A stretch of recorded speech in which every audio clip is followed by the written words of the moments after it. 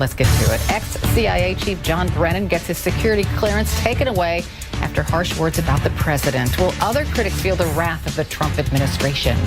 Newspapers across the country fight back against the president's fake news claims. Good idea, or does it just add fuel to his fire?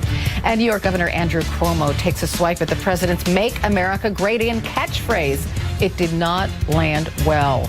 Join me now for the conversation, two professional radio talkers, conservative talker John Phillips and liberal commentator Ethan Bierman. Thanks to both of you. What should we tackle first? I just had a long conversation with Michael Harrison about newspapers across the country, 350 so far, writing editorials urging the president to stop using the term enemy of the people when he talks about journalists. There is a sentiment out there that could all backfire on journalists and just kind of cement the impression that some people have that the media is out to get the president. Well, I don't know if there's a war on the American people coming from journalism, but there certainly is a war on President Trump and Trump supporters. We saw this going back to the campaign where someone like Jorge Ramos over at Univision said the press had an obligation not to be objective in covering this campaign. We saw the late night hosts get excoriated if they had then candidate Trump on and just did a normal interview that you would do with a normal candidate. You had virtually every major newspaper in the country endorse Hillary Clinton and not President Trump. So to see the newspapers do this just reconfirms every idea that we had about the news media from the point of view of Trump supporters. I agreed with you till the endorsement thing, because it's our duty as journalists to look at the facts and then endorse a candidate that, you know, then you could say it's that the editorial board too. Those aren't journalists. 90-some-odd% of the objective news was negative. I'm not saying that you're totally wrong. I'm not. I am not. But go on, Ethan. But John, it's just totally wrong. Everything is abnormal about this president. Everything is abnormal here about this president. From the start of before he started his campaign, he was the guy behind the birther issue with President Obama. That is abnormal, is not based on facts or truth. Journalists' job is to present the facts and the truth. And when this president lies 5 to 6 times a day, demonstrably, measurably, fact-checking wise, we can do that. That is abnormal. When he attacks minorities, when he attacks the press on an ongoing basis, he is undermining every institution that this country is built upon. And Ethan, I think you're absolutely right, but I think that there's a certain way that journalists should conduct themselves while they're doing this, right? Some of them have these smug expressions on their face, and I think that's wrong. You should at least look objective, right?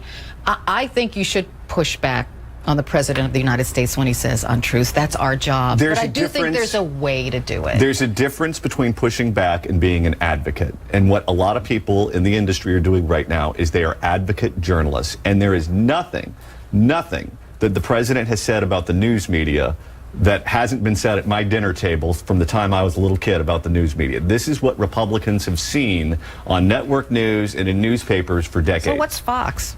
What is that? Is that advocacy? They're imbalanced. Come on, John. Come on. Sean Hannity confers with the president and gives him advice. Well, that's the opinion programming. Their news program. As Shepard Smith, you cannot accuse of being a right-wing He's my hero. I love Shepard Smith.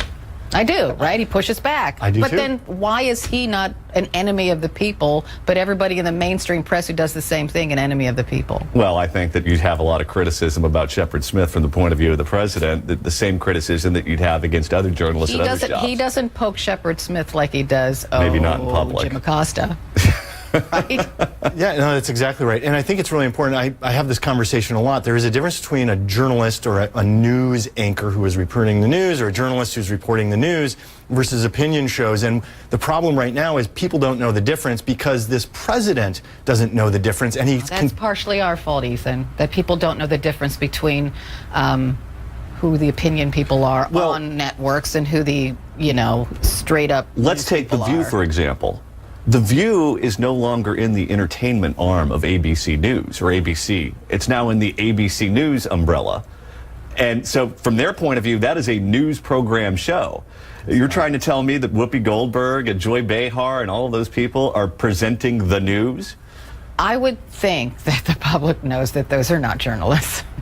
But I it would is in the hope. umbrella of ABC Come on. News. You would hope, but going back to the idea of the enemy of They the do people. have two conservatives on that panel now. They do, but to call the press the enemy of the people is insane. It's wrong. That's what autocrats do. That's what dictators do. That's what anybody who doesn't want people to know the truth. That's what Kim Jong-un does. That's what Vladimir Putin does. These are not the people we want to emulate in any way. And suddenly the Republican Party, by the way, the most bizarre thing on earth to me, is cozying up to the Putin style of Russia and the former Soviet Union and the KGB. When did that happen? Why is it out of line to call them the enemy if on a daily basis they call someone with mainstream American politics racist, xenophobic, sexist? Maybe they fill in are. the blank. Maybe they are, though. And there's nothing wrong with calling people for what they are. Because you want to patrol the border, you're a xenophobe? No, that doesn't make you a xenophobe. But what is your motivation for patrolling the border? If it's because I don't like brown That's people, why or they they're the speak enemy of another- the people. or they don't like, or I don't like that they speak another language, then that is xenophobic. I think you can only have that tack if you turn it around and if so-called conservative journalists, because I don't know if there is such thing, were the enemy of the people and not the mainstream. Well, Then it they're would be certainly the wrong. enemy of liberals. I mean, that I would agree Right. with. But I don't consider them my enemy. No, but the if you difference consider is- me a liberal, I don't consider them my enemy. Here's the I difference. just don't. The difference is Sean Hannity and Laura Ingraham and people with their politics wear their bias on their sleeve. Those are presented as opinion programs, and yes, they have a slant, and yes, they hammer liberals on a nightly basis. We get hammered by people who claim to be objective, and that's where we have a problem with it. Okay, see, I don't think we're all going to agree, but it's a good conversation. Thank you so much. Ethan Behrman, John Phillips. Thank you. A prominent cardinal is speaking out on allegations of